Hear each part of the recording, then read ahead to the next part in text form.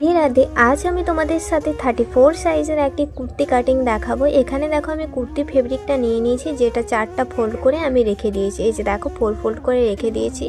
আর কুর্তিটার length নিয়েছে, আমি এক্ষুনি দেখিয়ে দেবো তোমাদেরকে যে লেন্থ নিয়েছি আমি এখানে 42 ইঞ্চ।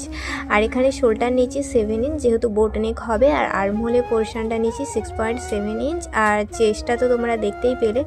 4কে 4 ভাগ করলে হয় 8.5 ইঞ্চ প্লাস 3 ইঞ্চ এক্সট্রা আমি নিয়েছি। আর এখানে ওয়েস্টটা দেখো নিয়ে নিচ্ছি 32 ইঞ্চ। তো 32 ইঞ্চকে 4 ভাগ করলে হয় 8 ইঞ্চ প্লাস 3 ইঞ্চ এক্সট্রা। তো এইভাবে আমি মার্কিংটা করে নিচ্ছি।